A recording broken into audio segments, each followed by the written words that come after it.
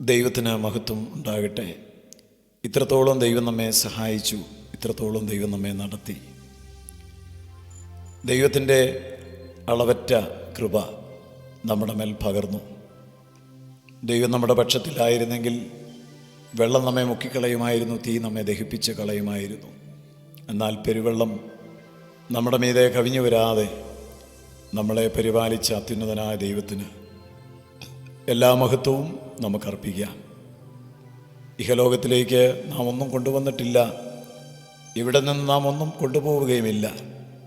നഗ്നരായിട്ട് വന്നു, നഗ്നരായിട്ട് തന്നെ പോകും എന്നുള്ള ദൈവവചന പ്രകാരം ലോകത്തെയും ലോകത്തിലുള്ളതിനെയും സ്നേഹിക്കാതെ ദൈവത്തെ സ്നേഹിച്ചുകൊണ്ട് നിത്യസ്നേഹത്താൽ നമ്മെ സ്നേഹിച്ച ദൈവത്തിന് എല്ലാ മഹത്വവും പുകഴ്ചയും ആരാധനയും സ്തുതിയും അർപ്പിച്ചുകൊണ്ട് നമുക്ക് ജീവിപ്പാൻ കർത്താവ് കൃപ തരട്ടെ. ഇന്നത്തെ വചനധ്യാനത്തിനായി എഫേസ്യ ലേഖനം 6-ാം അധ്യായം 19-ാമത്തെ വചനം വായിക്കുന്നു. ഞാൻ ചങ്ങല ധരിച്ച് സ്ഥാനാപതിയായി സേവിക്കുന്ന സുവിശേഷത്തിൻ്റെ മർമ്മം പ്രാഗൽഭ്യത്തോടെ അറിയിപ്പാൻ എൻ്റെ വായ് തുറക്കുമ്പോൾ എനിക്ക് വചനം നൽകപ്പെടേണ്ടതിനും ഞാൻ സംസാരിക്കേണ്ട വണ്ണം അതിൽ പ്രാഗൽഭ്യത്തോടെ സംസാരിക്കേണ്ടതിനും പ്രാർത്ഥിപ്പീൻ. ദൈവത്തിൻ്റെ ദാസനായ പൗലോസ്, 3-ാം സ്വർഗത്തോളം എടുക്കപ്പെട്ടവൻ, വെളിപ്പാടുകളുടെ ആധിക്യം ഉള്ളവൻ, ഒരു പ്രാർത്ഥന ആവശ്യപ്പെടുകയാണ്. ചങ്ങല ധരിച്ച് സ്ഥാനാപതിയായി സേവിക്കുന്ന സുവിശേഷത്തിൻ്റെ മർമ്മം പ്രാഗൽഭ്യത്തോടെ അറിയിപ്പാൻ വായ് തുറക്കുമ്പോൾ വചനം നൽകപ്പെടേണ്ടതിന് സംസാരിക്കേണ്ടും വണ്ണം പ്രാഗൽഭ്യത്തോടെ സംസാരിക്കേണ്ടതിനും പ്രാർത്ഥിപ്പിനെന്ന്. എഫേസ്യ ലേഖനം താൻ ഉപസംഹരിക്കുമ്പോൾ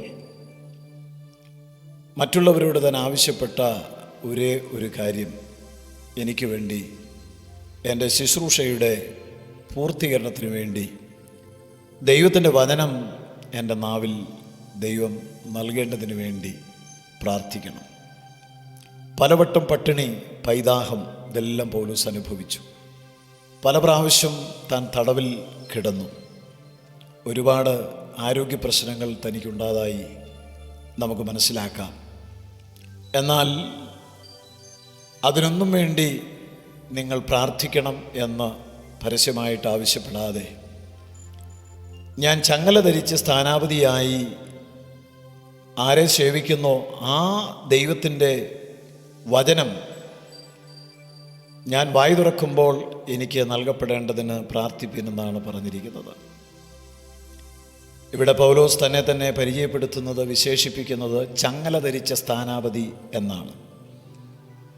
ആത്മീക പോരാട്ടത്തെക്കുറിച്ച് ജനങ്ങളെ പ്രബോധിപ്പിച്ചതിന് ശേഷം താൻ പറയുന്നത്, ഞാൻ ചങ്ങല ധരിച്ച സ്ഥാനാപതിയാണ്. സ്ഥാനാപതി ആരാണ് എന്നുള്ളത് നാം മനസ്സിലാക്കേണ്ടതുണ്ട്. പൗലോസ് സ്വയം എണ്ണുന്നത് ക്രിസ്തുവിൻ്റെ സ്ഥാനാപതിയായിട്ടാണ്. റോം ചക്രവർത്തിമാർ ഭരിച്ചുകൊണ്ടിരുന്ന കാലത്ത് റോമൻ സാമ്രാജ്യത്തെ 2 തരത്തിൽ വിഭജിച്ചിരുന്നു. ഒന്ന്, സമാധാനമുള്ള ഒരുപാട് സംസ്ഥാനങ്ങൾ അവിടെയുണ്ട്. അതിൻ്റെ ഭരണം റോമൻ സെനറ്റ് നേരിട്ടും, പ്രശ്ന കലുഷിതമായ ചില സംസ്ഥാനങ്ങളുണ്ട്, അതിൻ്റെ ഭരണം ചക്രവർത്തി നേരിട്ടുമാണ് നടത്തിക്കൊണ്ടിരുന്നത്.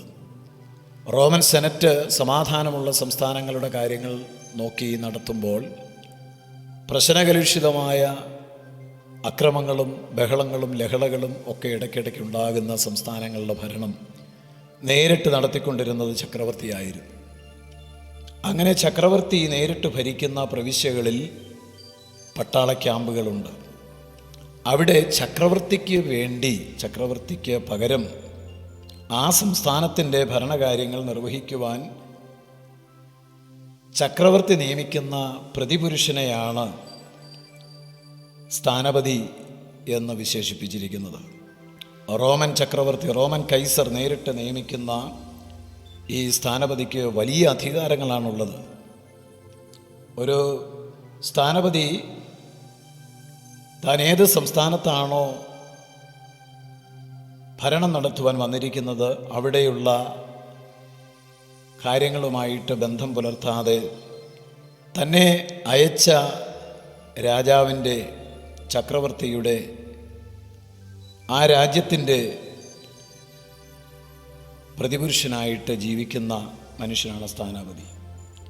സ്ഥാനാപതി എപ്പോഴും സ്വന്തം രാജ്യത്തിൻ്റെ താല്പര്യങ്ങൾ മാത്രം സംരക്ഷിക്കുവാൻ, സംസാരിക്കുവാൻ കടപ്പെട്ടവനാണ്. സ്വന്തം രാജ്യത്തിൻ്റെ അന്തസ്സ് നഷ്ടപ്പെടുത്തുന്ന ഒന്നും ഒരു സ്ഥാനാപതിയുടെ ജീവിതത്തിലുണ്ടാവുകയില്ല. എല്ലാ കാര്യങ്ങളിലും തന്നെ അയച്ച രാജ്യത്തിൻ്റെയും രാജാവിൻ്റെയും അന്തസ്സ് കാത്തു സൂക്ഷിക്കുന്ന നിലയിലായിരിക്കും സ്ഥാനപതികൾ പെരുമാറുന്നത്. ഇവിടെ പൗലോസ് എണ്ണുന്നു, ഞാൻ ചങ്ങല ധരിച്ച സ്ഥാനാപതിയാണ്. അതായത് ദൈവരാജ്യത്തിൻ്റെ വക്താവാണ് താൻ. ദൈവത്താൽ അയക്കപ്പെട്ടവനാണ്. ദൈവത്തെയും ദൈവത്തിൻ്റെ രാജ്യത്തെയും കുറിച്ച് മാത്രം ആണ് തനിക്ക് സംസാരിക്കുവാനുള്ളത്. ചങ്ങല ധരിച്ച സ്ഥാനാപതിയായി താൻ നിൽക്കുമ്പോൾ ദൈവം എന്താണോ ആഗ്രഹിക്കുന്നത് അത് സംസാരിക്കണം. ദൈവം തൻ്റെ ആലോചന എന്താണോ ആ ആലോചന ജനത്തോട് അറിയിക്കണം. അതിനുവേണ്ടി പ്രാർത്ഥിക്കണം. ദൈവത്തിൻ്റെ വചനം എൻ്റെ നാവിൽ നൽകേണ്ടതിനും അത് സംസാരിക്കേണ്ടവണ്ണം സംസാരിക്കേണ്ടതിനും പ്രാർത്ഥിക്കണം. പ്രിയപ്പെട്ടവരെ, പൗലോസിൻ്റെ സമർപ്പണവും തീരുമാനവും ആഗ്രഹവും പ്രാർത്ഥനയും നമുക്ക് മാതൃകയാക്കാവുന്നതാണ്. ദൈവത്തിനു വേണ്ടി നിൽക്കണം, ദൈവത്തിനു വേണ്ടി സംസാരിക്കണം.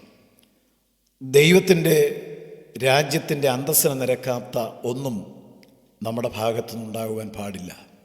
അതിനായിട്ട് നമുക്ക് പ്രാർത്ഥിക്കാം. കർത്താവേ, അങ്ങയുടെ നാമത്തെ ദുഷിക്കുന്നതൊന്നും ഞങ്ങളുടെ ജീവിതത്തിൽ ഉണ്ടാകരുത്. അങ്ങയുടെ നാമത്തെയും അങ്ങയുടെ രാജ്യത്തെയും ഉയർത്തുന്ന ജീവിതം നയിപ്പാൻ വചനം കേൾക്കുന്ന ഏവർക്കും കൃപ കൊടുക്കണം. ക്രിസ്തുയേശുവിൻ നാമത്തിൽ തന്നെ ആമേൻ. തേനിലും മധുരമാ